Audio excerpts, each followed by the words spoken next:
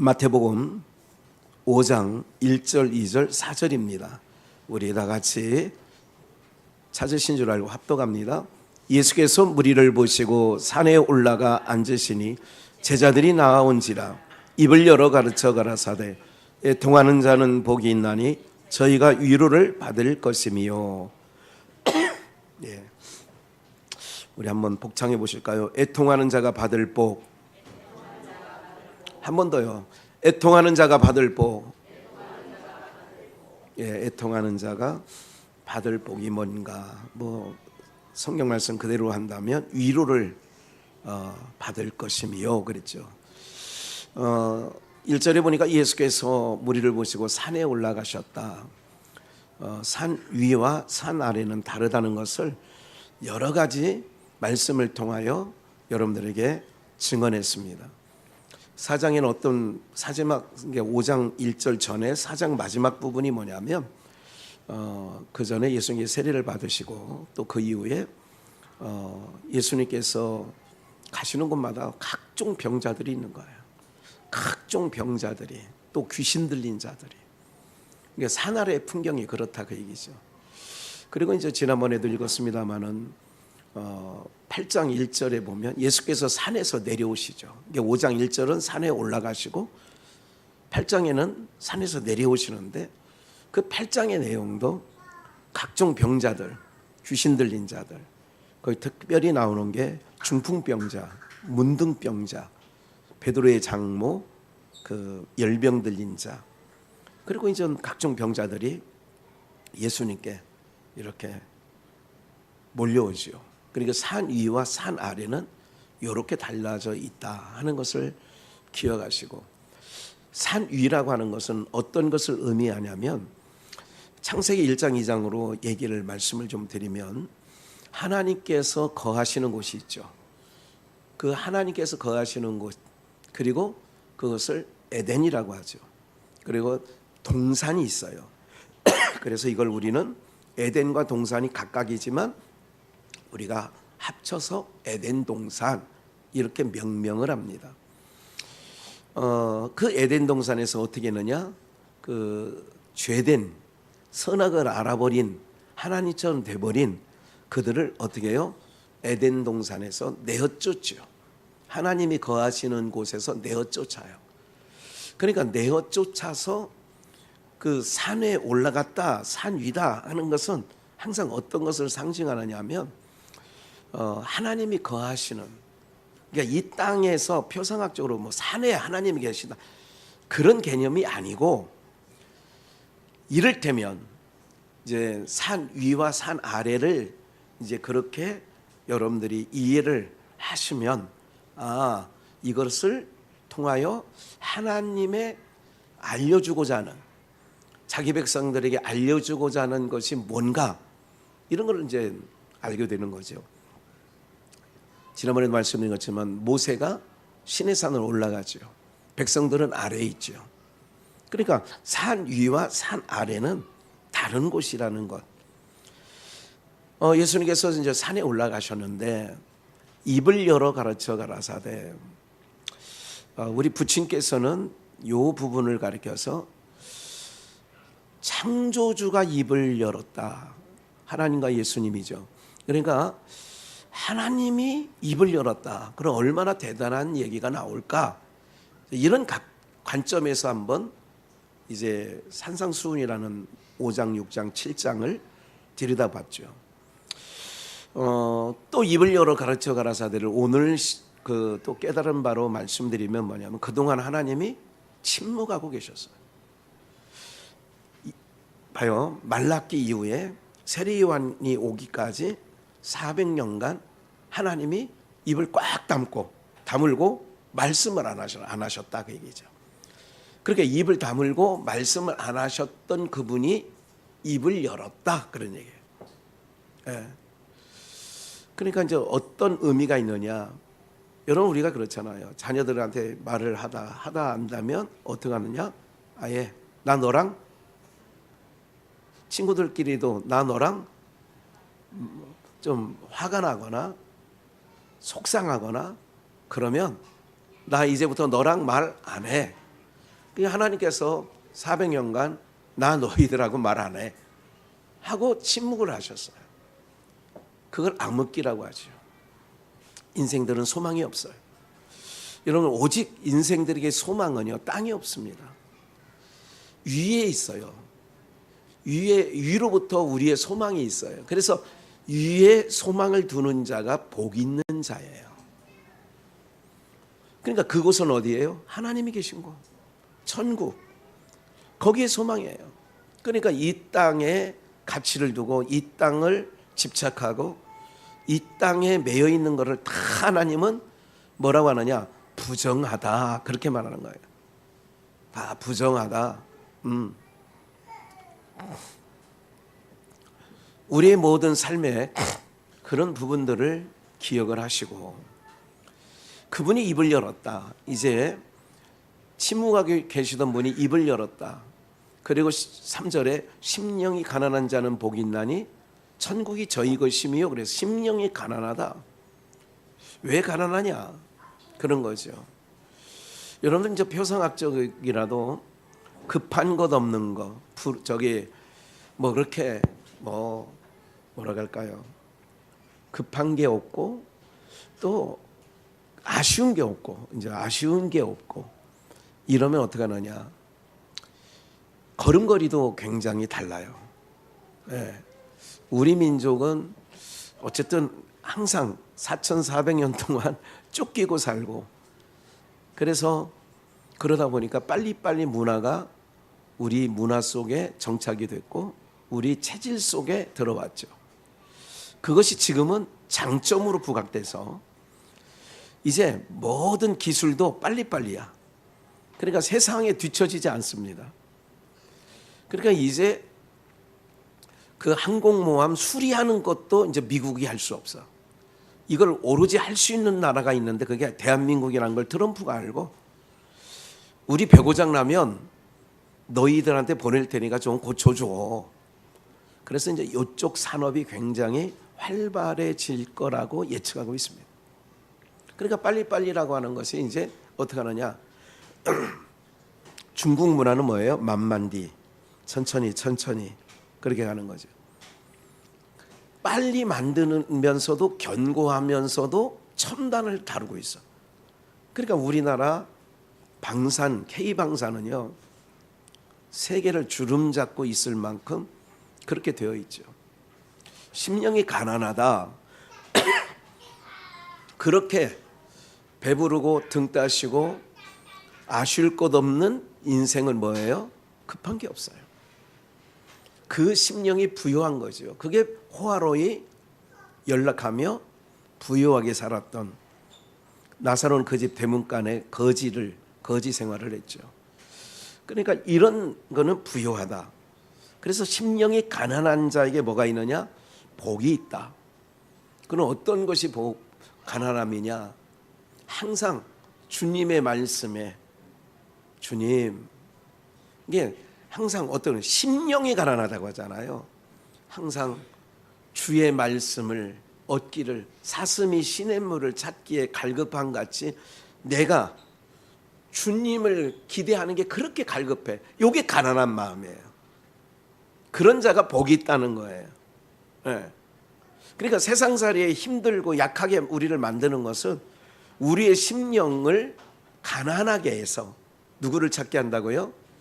사슴이 시냇물을 찾아 갈급한 같이 하나님 찾기에 갈급하게끔 몰아가시는 것. 인생의 여정 속에요, 굉장히 힘든 것 같지만 그렇게 하는 것이 굉장히 복이에요. 아쉬울 것 없다 나는, 이게 복이 아니라 항상 하나님을 구할 수밖에 없는 환경 속에 하나님은 넣어둬요. 네. 우리 그 모든 게 그런 가난한 마음이 우리의 삶 가운데도 또 그래서 하나님을 찾는 저와 여러분들 되시기를 주의 이름으로 축원합니다. 4절을 한번 같이 합독할까요? 4절 시작. 애통하는 자는 복이 있나니 저희가 위로를 받을 것이며. 우리 속담에는 우는 아이에게 떡한다는 거예요? 젖준다고 하는 거 아니야? 아니 가난하게 떡 주면 그 목매어 죽으라 그러는 거지. 예. 예. 그러니까 우는 아이에게 젖 주는 거죠. 이게 야 빨리 해. 야 애 운다. 빨리 가 젖 물려라. 옛날에 60년대 70년대 그렇게 시어머니들이 그렇게 얘기했어. 야야 자기 빨리 배고프다. 젖 달라고 한다. 젖 물려 가서. 이거 옛날에 그냥 일상으로 쓰던 말 아니에요? 저는 어렸을 때 그런 얘기를 뭐 동네 아주머니들이 하는 얘기를 많이 들었어요. 예. 그래서 애통하는 자는 어떤 일을 주느냐. 그래서 우리 그럼 봐요. 내가 결국은 복이 있는 자가 되려면 애통하는 자가 되어야 되는데 무엇 때문에 애통을 하느냐는 얘기죠. 그 애통하는 자가 무엇 때문에 애통을 하기에 그 애통하는 자에게 복이 있다라고 했느냐. 그런 말씀을 하시는 거죠. 예수님이 우시는 것과 애통하는 것과 우리가 애통하는 건 달라요. 누가복음 19장 잠깐 찾아볼까요? 41절. 가까이 오사 성을 보시고 우시며. 예수님께서 이거는 예루살렘 성을 보시고 우시는 대목을 얘기하는 거예요. 가까이 오사. 1절부터는 삭개오에 대한 얘기가 있죠. 그러니까 여리고에 삭개오를 만났고 그리고 여리고에서 이제 예루살렘 성으로 가까이 가시는데 예루살렘 성을 보시고 우셔요.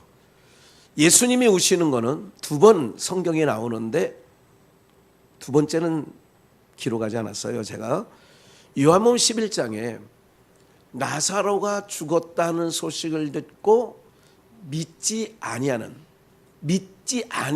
자들을 향하여 예수님이 우셔요. 예수님이 우시는 거는 두 가지 달라요. 내용이. 누가복음 19장 41절은 뭐냐면 저 성이 무너질 것에 대하여 죄악으로 가득 차 있기 때문에 돌 위에 돌 하나도 남기지 아니하고 무너질 것 때문에 우시는 거예요. 두 번째 요한복음 11장은 믿지 아니하는 것 때문에 예수님은 잔다 그러는데 죽었어요. 다시 자는 자 깨우러 간다 그러니까 아이고 우리가 주님 오시는 때 그러니까 하나님이 세상을 심판하실 때 그때 우리 나사로가 일어나겠죠. 믿지 못하는 자들부터 예수님께서 오셨다. 그러니까 사복음서에 예수님의 행적 가운데 두 번 오셨는데 믿지 못하는 것 때문에 오시고 멸망할 도성이 되었기 때문에 오셨고 죄악 때문에 오셨다는 거죠. 그럼 우리의 애통은 그 애통과는 좀 사뭇 달라요. 어떻게 다르냐면 그래서 이제 요엘 선지자를 통하여 말씀하신 것은 요엘서 2장 12절에 잘하는 말씀이죠. 여호와의 말씀에 너희는 이제라도 금식하며 뭐하여 울며 애통하고 마음을 다하여 하나님께로 여호와에게로 돌아오라. 그러니까 금식하며 울며 애통하며 그러니까 우리가 애통하는 자가 왜 복되느냐? 누구께로 돌아가야 되니까 하나님께 돌아가는 거. 옛날 어린 아이들이요 바깥에서 그 국민학교 시절을 얘기하는 거예요. 얻어 맞고 아니면 뭐 어떻게 뭐 해다가 불리하면 울면서 집 안으로 뛰어들어가죠. 뛰어들어가다가 누구를 만나요? 그 연출한 것처럼 엄마를 만나고 엄마 어디 품에 들어가요? 어디 속으로? 치마 속으로.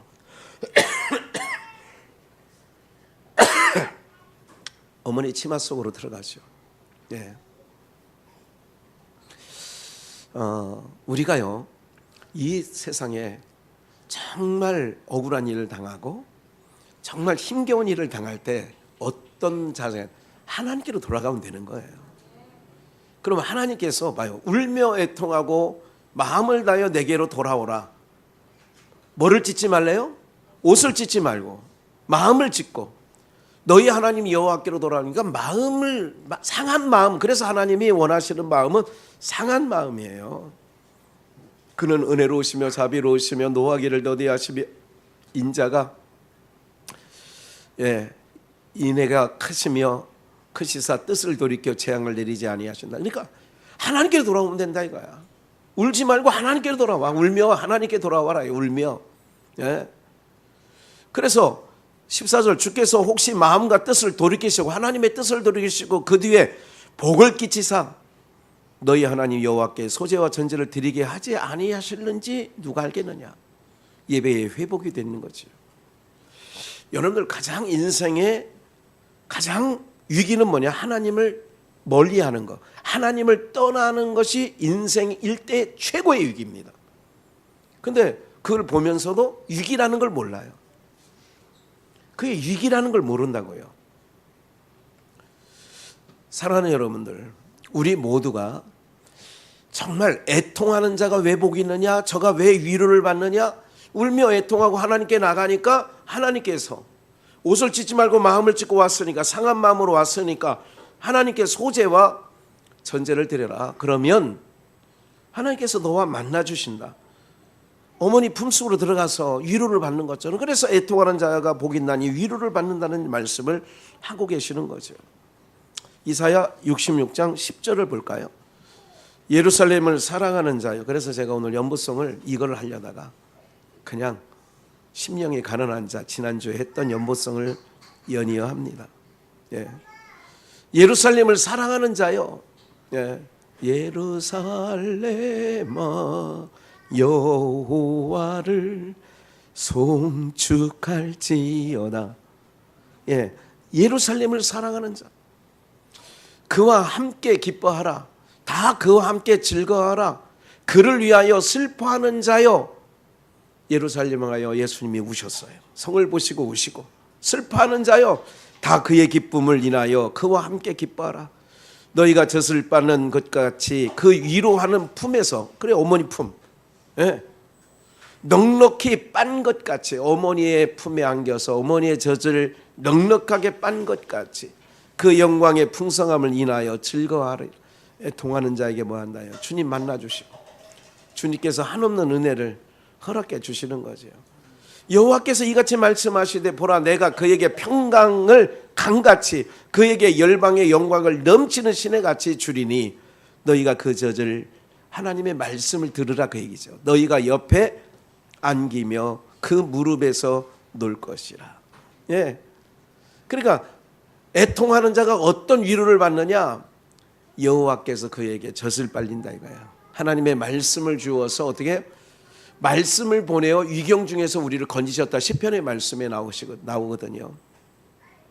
13절에 어미가 자식을 위로함 같이, 애통하는 자가 어떻게 이러냐? 애미가 자식을 위로함 같이 내가 하나님이 너희를 위로할 것인지. 너희가 예루살렘에서 뭐를 받아요? 위로를 받는 거예요. 진정한 위로는 하나님의 얼굴을 구하며 하나님 앞에 나갈 때의 진정한 위로가 우리 삶 가운데 나타나게 되어지는 줄 믿습니다. 네. 제가 어느 날 참 이런 생각을 해요. 아무개 성도님이 참 하나님의 위로가 필요한데, 내가 기도할 때도 그래요. 하나님, 아무개 권사님이 위로가 필요해요. 그냥 위로가 필요하다는 기도를 해요. 그러면 위로는, 진정한 위로는 오늘 말씀대로 한다면 누가 앞으로 나와야 돼요? 그런데 그렇게 기도를 하는데도 하나님 앞에 잘 안 나와. 왜?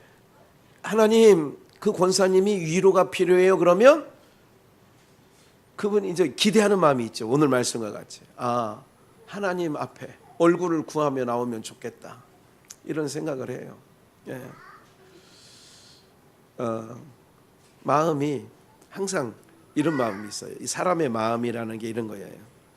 차 타고 오면서도 우리 최선원 권사님이 지난 불과 일주일 전에 이제 수술을 하셨죠. 또 워낙 체질이 약한 사람과 강한 사람은 달라요. 오면서 목사님 예배를 못 드릴 것 같아요. 한번 가보자고. 또 예배 전에도 장로님도 목사님, 예. 그래 제 목사 마음은 항상 그런 마음이 있어요. 어떤 마음이냐면 두 가지 마음이라 있잖아요. 그래 빨리 집에 가서 편히 쉬게 하는 것도 참 좋겠다. 그러면서도 늘 제가 말씀드렸던 것처럼 우리가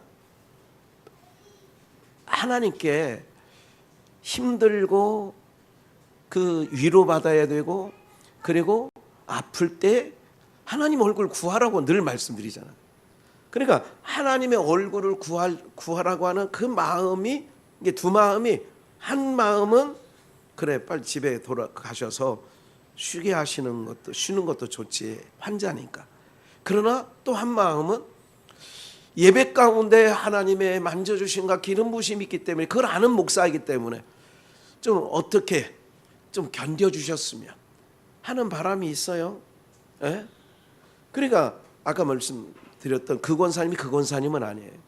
그러니까 위로가 필요한데 라고 하는데 나오질 않는 그런 부분들이 있어요. 참 나오셔야 되는데. 여러분들, 예루살렘에서 위로를 받으라. 예루살렘에서 위로를. 그런데 주님이 누가복음 19장에서 41절에서는 왜 예루살렘 성을 보고 오셨느냐? 많은 자들이, 애통하는 자들이 그곳에 가서 위로를 받아야 되는데 강도의 소굴이 되었으니까 우시는 거예요. 예루살렘의 성에 가면 위로자가 없는 거예요. 위로자가 없어요. 네. 그러니까 오늘 우리 모두가요, 하나님의 진정한 위로는 애통이 뭐 때문에, 아까 말씀드렸죠. 예수님께서 우신 거는 죄 때문에, 믿지 못하는 것 때문에 우셨다. 그럼 우리의 애통은 뭐냐? 하나님의 뜻대로 살아가야 되는데 못 살아요. 못 살아가고 있어요. 이것 때문에 애통이 나오는 거예요. 목사님 얘기를 들어보면 이렇게 살으라고 하는데 그렇게 못 살기 때문에 내 안에서 뭐가 오느냐? 애통이 오는 거예요. 애통. 난 할 수 없어요. 그 애통하는 자를 하나님께서 위로해 주신다, 그 얘기예요. 볼까요? 또 누가복음 2장 한 사람을 소개해요. 예수님, 아기 예수님이었을 때에 마리아 품에서 예루살렘에서 시몬이라고 하는 선지자를 만나죠. 시몬이라는 사람이 있으니 이 사람이 의롭고 경건하여 이스라엘의 뭐를 기다리는 자예요?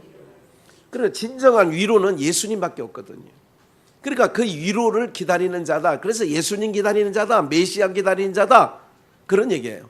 그러니까 인생의 여정 속에 진정한 위로는 예수님밖에 없다는 것을 참고적으로 말씀을 드린 거고, 또 한 가지 말씀을 좀 찾아볼게요. 고린도후서 1장, 바울 사도는 고난이 넘쳤어요. 핍박이 넘쳤어요. 환난이 넘쳤어요. 5절, 그리스도의 고난이 우리에게 넘친 것 같이 우리의 위로도 그리스도로 말미암아 넘치노로다. 복음을 전하다가 애통하는 자가 있었어요. 그게 바울 사도죠. 그러니까 고난이 넘쳤어요. 환난 받는 것도, 우리가 환난 받는 것도 너희의 위로와 구원을 위함이요, 호 위로 받는 것도 너희의 위로를 위함이니 이 위로가 너희 속에 역사하여 우리가 받는 것 같이 고난을 너희도 뭐 한다고요? 애통하는 자는 위로를 받는다는데 위로도 우리 안에 넘치게 하시려고. 그래서 7절, 우리를 위한 우리의 소망이 견고함은 너희가 고난에 참여하는 자가 된 것 같이 어디에도 참여하게 하려고. 주의 복음을, 주님을 자랑하다가 뭐하냐? 애통. 아까 전제된 애통은 뭐예요? 말씀을 들을 때 말씀대로 살지 못하는 것 때문에 저는 안 돼요. 이 아픔, 이 애통이죠. 그러나 여기 애통은 주님을 자랑하다가 흘리는 환난과 고난과 역경 때문에 당하는 애통이 있어요. 그것 또한 주님께서 위로해 주신다라고 바울 사도를 통하여 증언해 주신 줄 믿습니다. 예. 그러면 우리가 누가복음 16장 25절을 한 번 더 보면 이게 부자와 나사로의 관계에 있을 때에 주님이 하시는 말씀이에요. 물 한 방울 찍어달라고 할 때에 아브라함이 너는 살았을 때에 내 좋은 것을 받고 나사로는 뭐를 받았어요? 여기서 뭐 받는 게 당연하다고요? 그러니까 하나님의 위로를 받을 것이기 때문에 애통하는 자는 복이 있나니. 왜 복이냐? 애통이 하나님의 위로, 주님 품에 안기게 되었으니 복이 있다, 그런 거죠. 애통하는 자는 복이 있나니 너희가 위로를 받을 것이다. 볼까요? 요한계시록 21장을 한번 보겠습니다. 요한계시록 21장. 또 내가 새 하늘과 새 땅 신천신지 처음 하늘과 처음 땅이 없어졌고 바다도 다시 있지 않더라. 않더라. 또 내가 보매, 그 땅을 아니에요. 또 내가 보매 거룩한 성 새 예루살렘이 하나님께로부터 하늘에서 내려오니 그 예비한 것이 신부가 남편을 위하여 뭐 했어요? 단장한 것 같아요. 새 하늘과 새 땅을 보니 거룩한 성이 새 예루살렘이 하나님께로부터 내려오는데, 그 다음 말씀 3절 4절 내가 들으니 보좌에서 큰 음성이 나서 가로되 보라 하나님의 장막이 사람들과 함께 있음에 하나님이 저희와 함께 거하시리니 저희는 하나님의 백성이 되고 하나님은 친히 저희와 함께 계셔서 4절 같이 읽을까요? 모든 눈물을 그 눈에서 씻기심에 다시 사망이 없고 애통하는 것이나 곡하는 것이나 아픈 것이나 다시 있지 아니하리니 처음 것들이 다 모든 눈물을 그 눈에서 씻기는 거예요. 그러니까 하나님의 백성들이 저주가 덮여 있는 사망이 있고 어둠 가운데 있는 거기서 살아가는 당신의 백성들이 뭐하냐? 그냥 심령이 상해서 애통하는 자로 살아가요. 그렇기 때문에 주님께서 우리를 주님 품에서 위로하실 때 뭐냐? 눈에서 눈물을 씻기시고 그곳은 어떤 것이냐? 사망이 없고 애통하는 것이나 곡하는 것이 없는 나라로 우리를 옮겨 주실 거기 때문에 애통하는 자는 뭐가 있어요? 복이 있다. 그러니까 이 땅에 있는 것을 보면서 애통을 해야 된다는 거예요. 그걸 상한 마음이라고 한다. 상한 마음이 있어야 애통이 나오는 거 아니에요? 세상 돌아가는 모양새를 보면서 애통이 나와야 돼. 애통. 에? 사람들이요 지금은 참아라 다 속 안에 화를 하나를 안고 살아요. 그러니까 그 들려오는 소식마다 어처구니 없는 도저히 평상심을 갖고는 이해할 수 없는 범죄들이 너무너무나 많이 일어나는 거 많이 들려오지 않습니까, 여러분들? 아니 화나면 화나지 왜 전철에다가 휘발유를 뿌려가지고 왜 불을 지르냐고. 알고 봤더니 부인하고 이혼해가지고 뭐 이렇게 해가지고 나이 70 다 먹어가지고 그랬다네요. 아 그러면 저나 그렇게 하지 왜 멀쩡한 사람들 그렇게 하냐 말이지. 이게 모든 것들이 정상적이진 않아. 세상 돌아가는 게 정상적인 건 아니야. 이걸 자꾸 우리에게 확인시켜 주는 게 뭐라고요? 너희가 지금 살고 있는 땅은 천년만년 너희가 둥지 틀어서 살 곳이라는 거예요? 살 곳이 못 된다는 것을 알려주는 거예요. 옆에 있는 분들과 한번 인사 오랜만에 한번 해봅시다. 네, 애통하며 살아갑시다. 네, 그런 거예요. 제가 말씀드리잖아요. 그러니까 이 땅에서 항상 어떤 마음을 갖고 있느냐?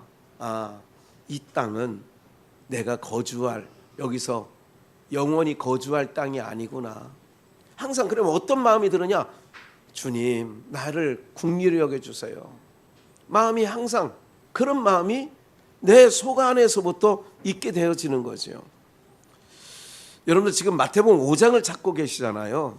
이 15장으로 한번 가보겠어요. 이거는 준비를 안 했으니까 직접 찾으셔야 돼요. 마태복음 15장 21절입니다. 마태복음 15장 21절. 오늘 본문의 같은 곳에 있습니다.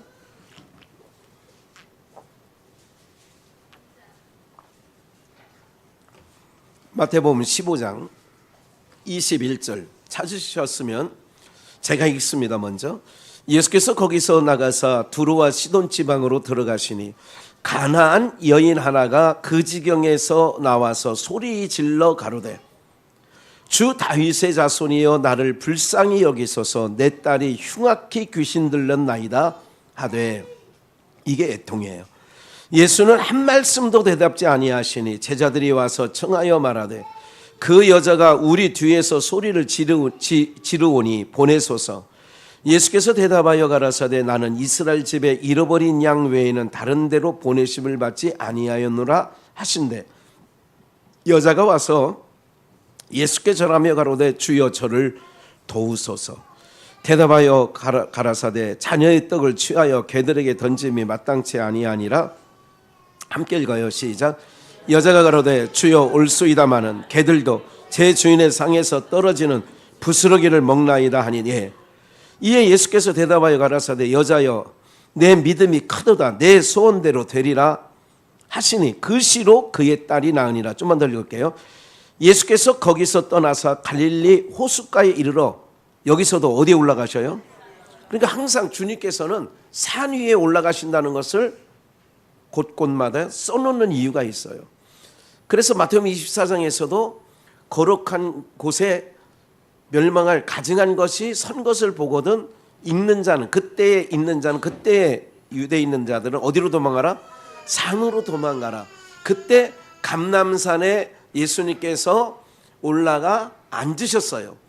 그러니까 어디로 나가느냐? 진정한 위로는 주님께로 나가야 되는 거예요. 다시 한번 오늘 마태복음 15장에 거라사가 아니라 수르브니게의 여인, 가나안 여인, 이 여인에 대한 말씀인데 뒤에서 소리 지르는 거예요.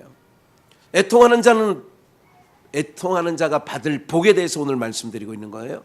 이 여자가 가나안 여인의 소리를 질러요. 내 딸이 귀신 들려서 흉악한 귀신이 들렸어요.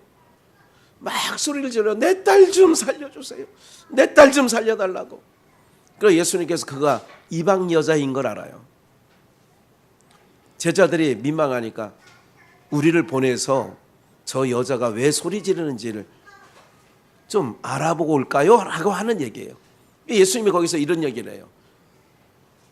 나는 누구에게 보내느냐? 이스라엘 집에 잃은 양 외에는 다른 데로 보내심을 받지 않아. 그러니까 내 백성 구원하러 왔어. 그런 얘기거든요. 그럴 때에 뭐라고 얘기하느냐? 그 여자가 그 말하는 중에 왔어. 예수님 앞에. 간구하니까 그런 거예요. 저를 도와주소서. 25절이 저를 도와주세요. 이게 극률한 마음이에요. 이런 거죠. 주님, 나는 주님 아니면 안 돼요. 저를 도와주세요. 이게 애통하는 마음이에요. 그렇게 할 때 예수님께서 또 얘기하시죠. 자녀의 떡을 취하여 개들에게 던지지 않아. 나는 내 백성 구하러 온 거야. 내 백성의 떡으로 온 거야. 그게 쉽게 얘기하면. 그러니까 자녀의 떡을 개들에게 던지면 마땅치 아니해. 26절에 그러니까 27절에 이 여자가 뭐라 그래요? 주여 올소이다만. 개들도 주인의 상에서 떨어지는 뭐로 살아요?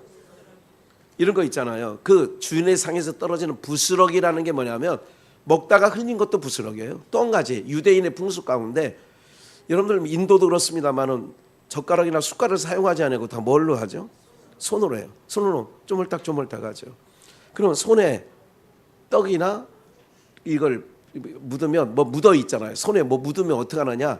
습관적으로 그 사람들은 이렇게 하면 뭐가 생기냐면 이제 손에 붙었던 게 뭐 찰떡이 붙어 있다. 뭐 그러면 이제 이해하기 쉽게 이렇게 하면 어떻게 돼요? 그래서 이게 이제 부스러기야. 요거를 개들이 먹는다 그 얘기지. 그러니까 우리가 그러잖아요. 밥 먹다가 옛날에 그 마루에서 밥 먹다가 저거 하면 개가 그냥 불쌍한 눈으로 이렇게 쳐다보고 있으면 뼈다귀 하나 먹다가 어떻게 훅 던져줬어요. 옛날 다 해보셨나 보네. 신권사님도 한번 해보셨어? 예, 네, 우리 그런 거 있잖아요. 밥 먹다가 훅 던져줘요. 요즘에 고양이들이 뭐 야옹 하면 삼겹살 바깥에서 거 먹다가 어떻게? 여러분들 인색한가 봐. 좀 던져주기도 해요. 그래야 개들이 사잖아. 개들도 주인의 상에서 떨어지는 것을 올소이다 먹나이다. 내가 당신의 자녀가 아닐지라도 개랄지라도 부스러기로 개들도 배를 채우니까 주님이 뭐라고 말씀하셨어요? 이에 예수께서 대답하여 가라사대 여자여 내 믿음이 크다. 애통하는 자 복 있는 거예요. 크다. 내 소원대로 되리라. 그 시로 그 딸이 나버린 거예요. 애통하는 자, 이게 애통하는 자의 한 단면을 여러분들에게 알려드리는 거예요. 목회하면서 답답한 것은 뭐냐? 요 타이밍에 하나님 앞에 나오고 더 간절하게 찾아야 되는데 타이밍에 그렇지 않은 걸 볼 때 애달봐요. 네. 저도 물론 기도하지요. 그런데 성도님 편에서 주님 앞에, 그러니까 주님이 오시는 거는 자기 백성이 믿지 못하는 것 때문에 오시고 거룩한 도성 예루살렘 위로 받아야 될, 그러니까 위로 받을 자가 예루살렘에 성행하면 위로를 받아야 하는데 강도의 수고를 만들어 놨으니까 성을 보시고 오시는 거예요. 그러나 우리의 울음은, 우리의 애통은 뭐냐? 하나님의 말씀을 들었는데도 그 말씀대로 못 사는 것 때문에 내 안에서 저는 안 돼요. 왜 할 수 없어요? 왜 자꾸 주님의 마음, 주님의 성품처럼 사랑과 은혜와 이런 성령의 9가지 열매를 맺어야 되는데 왜 자꾸 이래야 돼요? 주님, 이렇게 애통하면 주님이 만져주시는 거예요. 그게 은혜와 긍휼이 나오는 거라고. 거기서 하나님께서 딱 넌 안 돼 이렇게 하지 아니하고 뿌리치지 아니하고 주님께서 품에 안아 위로해 주신단 말씀이죠. 그것이 오늘 마태복음 15장 21절에 나오는 가나안 여인에 대한 비유가 그 말씀인 거죠. 우리 이사야 25장 아까 한번 찾아봐. 25장 6절 말씀을 읽고 마칠게요. 만군의 여호와께서 이 산에서, 봐요, 여기서도 만군의 여호와께서 이 산에서, 그래서 산 역사예요. 산에 사는 메아리, 지난번에 얘기했잖아요, 그죠? 그래서 제가 이 설교를 어떤 분이 듣고 유튜브에 듣고, 목사님 설교를 듣고 그 메아리, 산에 알, 하나님이 이 계시는구나. 그래가지고 그걸 그때 알았어야 하는 분도 계시더라고. 그래서 야호 그러면 하나님 저 왔어요 그러면 알았다 하고 메아리가 오잖아요, 이렇게. 그래서 이 산에서 만민을 위하여 기름진 것과 오래 저장하였던, 그래서 예수님께서 산상수훈이 아니에요, 산상보훈이라고도 하잖아. 보물과 같은 말씀이라고. 그러니까 만민을 위하여 기름진 것과 오래 저장하였던 포도주를 연회를 베푸시니, 그래서 산상보훈이야. 그게 곧 골수가 가득한 기름진 것과 오래 저장하였던 맑은 포도주로 하실 것이야. 주님이 거기서 율법을 제정하신 분이 해석을 해주시는 거예요. 7절 또 그 얘기잖아. 또 이 산에서 모든 민족의 가리워진 면박과 열방의 그 덮친 휘장을 제하시며 다 사망을 영원히 멸하실 것이라. 사망을 영원히 그 산에서 주 여호와께서 모든 얼굴에서 뭐를 씻겨요? 그래서 애통하는 자들이 주님 앞에 왔을 때 그 눈물을 씻기시며, 여호와께서 이같이 말씀하셨느니라. 그 백성의 수치를 온천하에서 제하리라. 그래서 하셨느니라가 밑에 있네. 니라 하얀 것이 보이죠. 말씀하셨느니라 그 백성의 수치를 온 천하에 제하리라. 야, 이거 참. 그래서 그날에 우리를 위로하고 얼굴에서 눈물을 씻기시는 그날에 말하기를 이는 우리 하나님이시라. 우리가 그를 기다렸으니 그가 우리를 구원하시리로다. 이는 여호와이시라. 우리가 그를 기다렸으니 우리는 그 구원을 기뻐하며 즐거워하리라 할 것이다 이거예요. 우리 하나님이라 이거. 우리 얼굴에서 눈물을 씻기는 분이 누구냐? 우리 하나님이라. 우리 하나님. 온 백성의 수치를 다 제하여 버릴 거다. 우리 하나님이 그 산에서 기름진 것과 포도주와 이런 것으로 그 산에서 다 자기 백성을 뭐 하느냐? 먹이시는 거예요. 놀라운 하나님의 은혜가 우리 공동체에게 있기를 축원합니다. 위로, 진정한 우리를 위로하실 자는 하나님, 예수님밖에 없어요. 사람으로는 안 돼. 그래서 자꾸 어떻게 돼? 원통하고 속상하고 애통하고 이런 게 있으면 누구 앞으로 가야 되느냐? 하나님 앞으로 나가는 거예요. 네. 그러면 눈에서 그 얼굴에 눈물을 씻기시고, 그 얼굴에 눈물을 씻기시며, 하나님이 우리를 씻기셔서 위로할 때 그것이 진정한 위로가 되어지는 줄 믿습니다. 그것이에요. 네. 네. 우리 다음 세대 아이들이 얼마나 고마운지 아세요? 착해, 애들이. 네. 여러분들,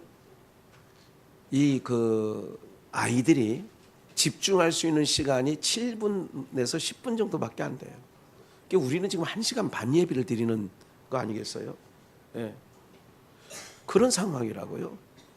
그러니까 이런 모든 일들 가운데 뭘 해야 되냐? 아까 대표자도 기도했습니다마는 아이들을 혼내기 전에 뭐 그렇게 기도말 들었어요?